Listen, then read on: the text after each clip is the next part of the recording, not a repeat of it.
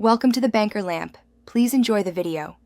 You begin by matching images to your display. Know your exact resolution so images fit without stretching. That reduces blurring and wasted pixels. Once done, pick an aspect ratio to guide cropping and save that number. Next, organize files into 3 folders: originals for raw downloads, edited for in-progress work, and final for ready-to-use images.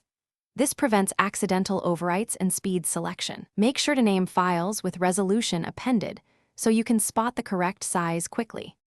You now source high-resolution images from stock libraries or your own photos. Filter searches by minimum pixel dimensions to ensure clarity. After choosing candidates, open them in an editor and crop precisely to your display resolution so composition stays intact. Then upscale only if necessary using a quality resampling algorithm to preserve detail. Once cropped, adjust contrast, clarity, and color balance. Convert to sRGB for consistent colors across devices. Save an editable. You finish by exporting at full resolution and choosing the right format: PNG for sharp graphics and JPG at high quality for photos. Name files with their pixel dimensions so you can pick the right one later.